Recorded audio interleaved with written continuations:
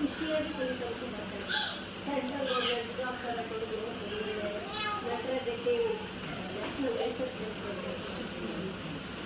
ಹಾಗೆ ಎಲ್ಲರೂ ಅವರ ಜೀವನವನ್ನು ಸ್ವತಂತ್ರವಾಗಿ ಕೊಡ್ತಾರೆ. ಶೈಲಜಾ ನೆನಪಿರ್ಬೋದು, ಅವಳು NLC ಕಂಪನಿಯಲ್ಲಿ ಪ್ರಾಜೆಕ್ಟ್ ಆಫೀಸರ್ ಆಗಿ ಕೆಲಸ ಮಾಡ್ತಾರೆ. 4 ಲಕ್ಷ ಪ್ಯಾಕೇಜ್ ಪ್ರಜ್ವಲ್ ಅಕ್ಕ ಬಹುಮಾನ ಕೊಡ್ತಾರೆ. ಸುಬ್ಬಯ್ಯ ಮೆಡಿಕಲ್ ಹಾಗೆ ಎಲ್ಲ ಮಕ್ಕಳು ಕೂಡ ಉನ್ನತ ವ್ಯಾಸಂಗ ಮಾಡಿ ಅವರವರು ನಾವೇನು ಮಾಡ್ಕೊಳ್ತೀವಲ್ಲ ಅದಕ್ಕಿಂತ ಉತ್ತಮತೆಯನ್ನು ನಾವು ವಿದ್ಯಾರ್ಥಿಗಳು ದೇಶಾಂತ ಉದ್ದಾರಾಗಿದ್ದರೆ ಅದನ್ನು ನೋಡ್ತೀನಿ. ನಾನು ಹೆಚ್ಚಾಗಿ ಸ್ಟೇಟಸ್ ಹಾಕದೆ ನನ್ನ ಮಕ್ಕಳು ಅಷ್ಟೇ ನನಗೆ ಭಾಳ ಖುಷಿಯಾಗುತ್ತೆ. ಅವರೇನು ಇನ್ನೊಂದು ನಾರಾಯಣ ಅವರು ರೋಬೋಟಿಕ್ಸ್ ಕಂಪ್ನಿಯನ್ನು ಕಟ್ಕೊಂಡು ಅವನು ಡ್ರಾಪ್ಔಟ್ ಕಾಲೇಜಲ್ಲಿ ಅದಕ್ಕೆ ಕೆಲಸ ಮಾಡ್ತಾನೆ ಕೋರ್ಸ್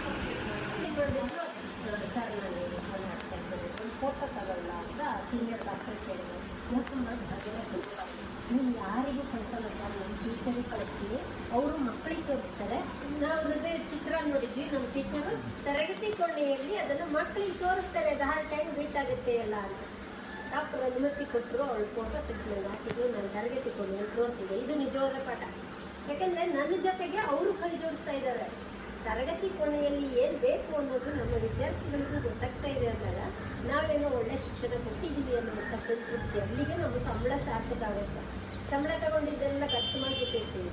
ಆದರೆ ಆ ಮಕ್ಕಳ ತಲೆಯಲ್ಲಿ ಏನು ಜ್ಞಾನ ಇರುತ್ತಲ್ಲ ಅದು ಸಮಾಜಕ್ಕೆ ಸ್ಪ್ರೆಡ್ ಆಗ್ತಾ ಇರುತ್ತಲ್ಲ, ಆವಾಗ ನಮ್ಮ ಸಂಬಳ ಅಲ್ಲೇ ಬರುತ್ತೆ. ನೀವು ಅಡುಗೆ ಗಿಡ 6 ವರ್ಷದ ಮೇಲೆ ಹೆಂಗೆ ಇದು ಮಾಡ್ತೀವೋ ನಾವು ಶಾಶ್ವತ